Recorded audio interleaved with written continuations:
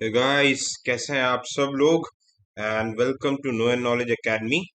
आज का लेक्चर काफी स्पेशल होने वाला है, सिंस वी ऑल नो कि आप सब लोग you guys are preparing for civil services, state services, and अभी वेरी इंपॉर्टेंट, मतलब सबसे कंट्री का सबसे बड़ा इंटरव्यू होने वाला था, सिविल सर्विसेज का interview. But unfortunately due to covid pandemic ये इंटरव्यू पोस्टपोन हो चुका है। ओके, सो अभी यूपीएससी ने नोटिफाई नहीं किया, नो वन नोज वेदर ये इंटरव्यू कब कंडक्ट होगा। तो आज की वीडियो थोड़ी स्पेशल होने वाली है। We are going to study, आज हम डिटेल करने वाले हैं। Study would not be the right word, we are going to analyze and know our know our UPSC के बोर्ड मेंबर्स। ओके, सी काफी लोगों में प्रोफाइल रहता है, वन डे और द अदर डे जो केपेबल होगा he is going to face this board. So at least पहले से अगर पता हो कि यहाँ पे कैसे मेंबर्स होते हैं, ठीक है, व्हाट इज द प्रोफाइल, तो आप लोगों को भी एक लगता है कि यार हम इतने बड़े एम्पल स्टेज में जाने वाले हैं, क्लियर, इतने इतने मतलब हाई प्रोफाइल लोगों के सामने बैठ के बात करने वाले हैं, तो ऑब्वियसली हमको भी उस हिसाब से खुद की प्रिपरेशन करनी पड़ेगी, उस हिसाब से खुद की पर्सनालिटी डेवलप करनी पड़ेगी, माइंडसेट वैसा रखना पड़ेगा, क्लियर। तो बेसिकली हमने देखा है कि जनरली जो यूपीएससी का मतलब जो वो बोर्ड रहता है, ठीक है, पहले सेंटर में एक इतना बड़ा डोम रहता है, डोम से एक पाथवे रहता है, फिर एक ऐसे सेमी सर्कुलर मैनो में, इस सेमी सर्कुलर मैनो में हॉल्स रहते हैं। ये बोर्ड में मेंबर 1 2 3 4 5 6 7 ऐसे करके रिस्पेक्टिव बैठे रहते हैं। कैंडिडेट्स लोग यहाँ पे बैठते हैं, ऐसे ऐसे राउंड टेबल्स रहते हैं। एक टेबल में छह छह कैंडिडेट्स बैठते हैं। एक गाइड आता है, वो टोकन नंबर के साथ लेके जाता जाता है, 1 2 3 4 ऐसे करके रैंडम भेजता रहता है, वहां पे वो वेट करता है, फिर यहाँ से डोर से एंटर करता है। तो इसमें कैसा रहता है कि आप देखेंगे सेंटर, ये तो देखो जस्ट ऐसे ही एक निमोनिक टाइप के बनाया गया है। सेंटर में ही is the chairman. Total 5 members रहते हैं, क्लियर, 5 मेंबर्स रहते हैं। जो लेफ्ट कॉर्नर में रहती है, she is always lady and she is the psych. ये आपके पूरे आप किस तरीके से हाथ रखते हो, जैसे मैम ने लेग्स को क्रॉस करके रखा है, सो ऐसे नहीं बैठना रहता नॉर्मल। पूरे बैठने का तरीका आपको प्रॉपरली ट्रेन किया जाता है, कैसे बैठते हो, आप हाथ कैसे रख रहे हो, बोल कैसे रहे हो। ये जो साइक रहेगी यहाँ पे, जो साइक बैठी रहेंगी वो आपको ऑब्जर्व करती रहेगी, ठीक है। और 4 मेंबर्स यहाँ पे बैठे रहेंगे, चांस बाई चांस क्वेश्चंस पूछते रहते हैं। तो आज के हम डायरेक्टली मुद्दे पे आते हैं। हम देखते हैं कि बेसिकली इनके मतलब जो मेंबर्स रहते हैं वो किस टाइप के होते हैं। देखो जनरली एक लोगों के दिमाग में कन्वेंशन बना हुआ है, एक धारणा बनी हुई है, प्री डिटरमाइंड एक वो बनी हुई है कि लोगों को लगता है कि यूपीएससी का चेयरमैन होगा या फिर मेंबर होगा तो he would be an IAS. But I will tell you only 50 to 40% IAS होते हैं, बाकी डिफरेंट सर्विसेज होते हैं, और जरूरी नहीं कि civil services. See for example professor, he is a professor P K Joshi, this gentleman, and he is basically a professor, post graduate of university of Kanpur से पोस्ट ग्रेजुएट थे। एंड ये सर्व शिक्षा अभियान के भी फाउंडिंग फॉर्मर मेंबर रह चुके हैं, के भी मेंबर रह चुके हैं, मिनिस्ट्री ऑफ एजुकेशन वगैरह में भी रह चुके हैं। और पहले ये एमपीपीएससी के चेयरमैन थे, अभी ये रिसेंटली नए चेयरमैन बने हैं किसके, यूपीएससी के। He is the chairman, clear, he is the chairman of UPSC. Coming to the next person, Bharat Bhushan Vyas, BB Vyas, ठीक है। तो ये एक डिफरेंट बोर्ड के मतलब मेंबर है, बोर्ड के चेयरमैन है। आई एम जस्ट टॉकिंग, देखो अगर जैसे 8 बोर्ड होते हैं तो I would be giving you the information about the profile of all the chairman of the respective boards, clear, ठीक है। रिस्पेक्टिव बोर्ड्स के चेयरमैन के बारे में बात करेंगे हम, पर सबके बारे में बात नहीं करेंगे क्योंकि मेंबर्स तो 40-50 हो जाते हैं। सिर्फ जो यूपीएससी के चेयरमैन और बोर्ड के मेंबर्स के चेयरमैन के बारे में बात करेंगे। So he is basically an IAS officer, Jammu and Kashmir cadre के थे, ठीक है, 1986 बैच के हैं, और जम्मू एंड कश्मीर के चीफ सेक्रेटरी भी रह चुके हैं, हाईएस्ट एग्जीक्यूटिव, एंड गवर्नर के एडवाइजर भी रह चुके हैं, क्लियर। नेक्स्ट पर्सन, हाँ जी, S S Bassi, Shri S S Bassi, he is an IPS officer. फिर ये एजीएमयूटी कैडर के हैं, गोवा के डीजीपी भी रह चुके हैं, ठीक है। ये इंटेलिजेंस ब्यूरो में भी सर्व कर चुके हैं, he has also served in intelligence bureau for 5 years. काफी प्रेसिडेंट पुलिस इनको पीपीएम भी मिल चुका है। इनकी वाइफ आईआरडीएस ऑफिसर है। सी द नेक्स्ट मेंबर एक दूसरे किसी बोर्ड के चेयरमैन है ये, A S Bhosle, he is an air marshal. तो देखो यहाँ से डिफेंस पर्सनल्स भी रहते हैं, फौजी भी रहते हैं, एक आध फौजी को भी रखते हैं। ठीक है, अब बोलोगे कि यार सिविल सर्विस सर्वेंट्स के सिलेक्शन पे फौजी का क्या काम है? यार देखो, कम रहते हैं but they are also there. ये फौजियों से better personality judgement, personality development, they are the best in their field. तो एक पर्टिकुलर कैरेक्टरिस्टिक को जज करने के लिए दे आर दो। ठीक है, तो ही इज एन एक्स एनडीए।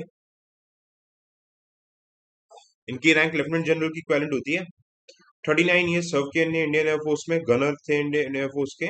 इनको विशिष्ट सेवा मेडल और अति विशिष्ट सेवा मेडल मिला है। क्लियर? और ये मतलब बेसिकली इनने एमएससी एमबीए एमफिल किया है defence services and staff colleges of Japan से। Okay, moving forward, miss Sujata Mehta. Miss Sujata Mehta ये बेसिकली इंडियन फॉरेन सर्विस की हैं। ठीक है, और ये आईएफएस बैच है 1980 की। Very well versed and very experience lady in our field. And ये इंडियन एम्बेसडर रह चुकी है मॉस्को में, न्यूयॉर्क में भी काम किया इन्होंने, यूनाइटेड नेशन में भी इंडिया को रिप्रेजेंट किया है। She is a scholar, scholar lady, girl तो नहीं, I would say she is a scholar lady. Okay, DU की हैं और स्पेन में भी सर्व कर चुकी हैं, मतलब more than 60 countries she have सर्व।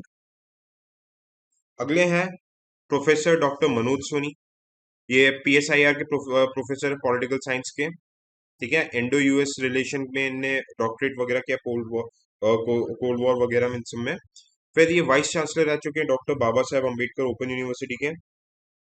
ठीक है, next member, he is a very humble guy. This person is very very humble. मेरे काफी फ्रेंड्स लोगों ने इंटरव्यू दिया है इनके पास, सो ये मार्क्स भी जनरली ज्यादा अवॉर्ड करते हैं।